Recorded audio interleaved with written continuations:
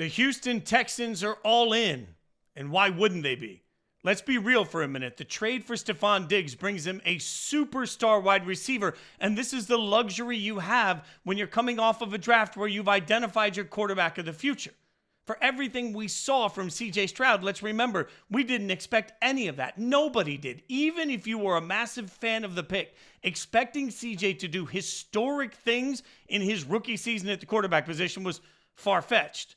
Now what the Texans have told you is that they've looked around, especially considering they gave up assets and money for a receiver in a year where the draft is deep at that position. They're telling you they don't want to develop, they don't want to wait, they want to go all in right now on trying to win.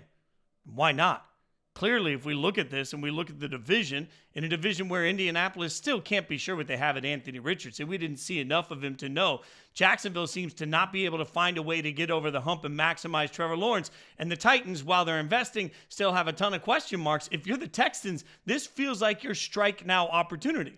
Plus, you're doing it with a head coach that seems to have the pulse of the organization, the pulse of the team, and has a great mind defensively. You've taken one need off the plate if you believed that wide receiver was even a need. I'm not sure we did.